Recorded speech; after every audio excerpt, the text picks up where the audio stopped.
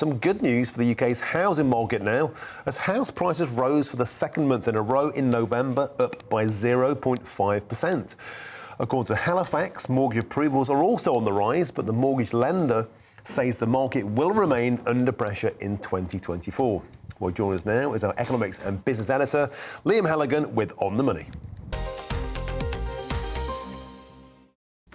So, Liam, it's always a double-edged sword, this one. Good news if you're sitting pretty, not so good if you try and get your foot on the ladder. And we know so many young adults, people into middle age, desperately want to be homeowners, don't want to pay someone else's mortgage by paying rent. They want the security of home ownership and they just can't get it. And that is the story, particularly of today's young generation. You know, 25 to 34-year-olds, Martin, they're now less likely to own a house than any generation since the 1930s. And if they're renting or paying their mortgage, on average, they're paying more for their housing, again, than any generation since the 1930s. So with that caveat in mind, let's have a look at the Halifax, of course, a huge building society, very authoritative house price survey. They're saying that house prices rose for the second month in a row, as you say, in November, rose 0.5% between October and November, having gone up 1.2% between September and October. So the typical home now costs £283,615, £283,615.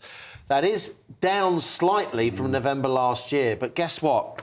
It's 44 grand more than it was at the start of 2020. So house prices have gone down a little bit, they're now going up a little bit, but the bigger picture is that house prices have gone up a lot since 2020. So the trend is up, and that's great news if you're sitting on your own home and you can downsize to a smaller place, bank some cash as you get a bit older, but it's not good news if you're trying to get on the housing ladder, particularly if you haven't got help, as so many people haven't, from the bank of mum and dad. And it's astonishing how much this has changed. I mean, I bought a house in London back in the late 90s, and I paid like 90 odd grand.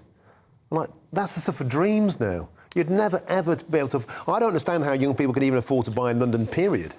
Indeed, and it's not just London. You know, when I was a young journalist in the mid-90s, I bought a house in London with my partner. We were both young journalists. We weren't investment bankers or lawyers. We were young journalists, and journalists don't get particularly well paid in the main, as you know. But it's not just London and the South East. This issue of youngsters not being able to buy homes, of many first-time buyers being helped by the bank of mum and dad, which, of course, isn't available to lots of people. It's a story in the Northwest, it's a story in the West Country, it's a story in many, many parts of the UK. It's not just London and the South East. And it strikes me that house prices are likely to continue to rise, Martin, not least because we're probably now in a situation where interest rates have peaked, 5.25%. I suggest, unless there's a complete spike in energy prices because of, you know, geopolitical issues, the OPEC exporters cartel, restricting oil supply, you know, big problem on European gas markets if Russia and Ukraine escalates again. I'd say that notwithstanding, if we avoid that, then it strikes me that the next move in interest rates around spring next year will probably be down. And once interest rates start coming down again, the housing market's going to crank up even more because people will tell themselves they're able to afford to borrow more, which means they can bid higher prices as they try to get one of what is increasingly the scarce supply of homes. That's the issue. We just haven't built enough homes in this country, as some of us have been saying for many, many years. And that's unlikely to change with net migration of 745,000 a year. We've got 1 minute. You've got a quick blast on consumer spending habits for me. Yeah, so consumer spending habits, this is quite interesting. We had our GB News Don't Kill Cash campaign. 5 years ago, half of all transactions were cash, right? It's now 19% of all transactions were cash. That's according to the British Retail Consortium. But guess what? That was in 2022. That's up from 15% in 2021. So the amount of people using cash over the last year has gone up. Why?